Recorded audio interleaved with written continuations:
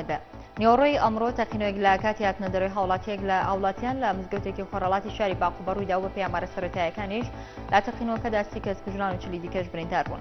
لێکۆڵینەوەش لە ڕووداوەکە دەستی پێ کردووە. عەبدوڵڵاه حیالی قایمقامی ناوەندی قەزای باقوبە بە سۆمەڕێنوویستی ڕاگەیاندووە تەقینەوەکە لە ڕێگەی دوو بۆمبی چێندراوە بوو لە کاتی هاتنەدەرەوەی هاوڵاتیان لە مزگەوتی ساریا لە خۆڕەڵاتی باقوبە تەقیوەتە و قایمقامی ناوەندی قەزای باقوبەش ڕاگەیاندووە و پێامارەکان لە تەقینەوەکەدا 30 کەس کوژران و 40 دیکەش بریندار بوون. پۆلیسی ڕانیان ڕایگەیاند شەوی ڕابردوو لە گەڕەکی قولەی قەزای ڕانیە گەنجێکی تەمەن 28 ساڵ لە ماڵەکەی خۆیدا دراوەتە بەر دەستڕێژی گولە و بەهۆی گیانی لەدەستەوە. ناخی موستەفا محەممەد لە پسرای پۆلیسی ڕانیە بەیاناوتی ڕاگەیاند کە ژمێر 11 شەوی ڕابردوو لە گەڕەکی قولەی قەزای ڕانیە گەنجێک بەناوی کارمەن ئەحمەد کە پیشەی کاسبکار بووە لە ناو حەوشەی ماڵەکەی خۆیدا دراوەتە بەر دەستڕێژی گولە و بەهۆیەوە گیانی لەدەستەوە. بەڕێوەبەری پۆلیسی پاراستنی دامدەستگاکانی دەوڵەت لە کەرکوو ڕاگەیاند ئەمڕۆ پاش گەمەڕۆدانی دوو گومان لێکراو لەلایەن هێزەکانی پۆلیسی فراکەوتنەوە ڕوبەڕووبوونەوە لە نێوانیاندا ڕوویدا و یەکێک لە گومان لێکراوەکان خۆی تەقاندوتەوە. شەرزاد بەوفەڕی بەیاناوتی ڕاگەیاند هێزەکانی پۆلیسی فراکەوتن لە شەقامی ڕێگەی بەغدا گەماڕۆی دوو گومان لێکراویاندا و ڕوبەڕووبوونەوە لە نێوانیاندا ڕوویداوە.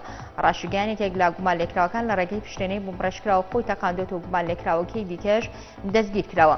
وەسفیە بەنیوەیز ئەندامی سەرکردایەتی یەکێتی نیشتوانی کوردستان ڕاگەیاند بەرپرسان و ئەندامان و کادیران لە ژێر دەسەڵاتی پارتی دیموکراتی کوردستاندا سوکایەتیان پێدەکرێت.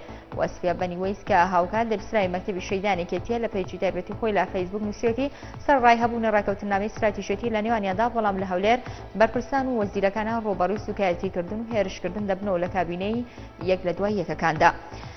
بڕیاری بە پارێزگاکردنی قەزای هەڵەبجە کاردانەوەی جیاجای بەدوای خۆی داهێنا و لە ئێستاشدا نوێنەرانی یەکێتی و لایەنەکانی ئۆپۆزیسیۆن بە تایبەتی بزوتنەوەی گۆڕان لە ئەنجومەنی پارێزگای سێبانی بە بڕیاری بە پارێزگابوونی هەڵەبجە بە بڕیارێکی سیاسی دەزان و دەڵێن ئەو بڕیارە پەلەی تێدا کراوە.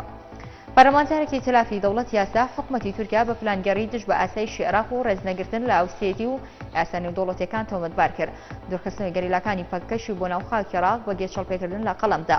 ساڵح حەسناوی ڕایگەیاند ئەو هەنگاوەی تورکیا بە دوورخستنەوەی گەریلاکانی پەکەکە بۆ ناوخاکی عێراق پرسیار و دوودڵی زۆری لای بەغدا دروست کردووە کە پێدەچێت ڕنگدانەوەی خراپی لەسەر دواڕۆژی نزیکی یەکێتی عێراق و ئاسایشی ناوخۆ هەبێت. کورتێلەوەڵەکانتان پێشکەش کرا شاد بن.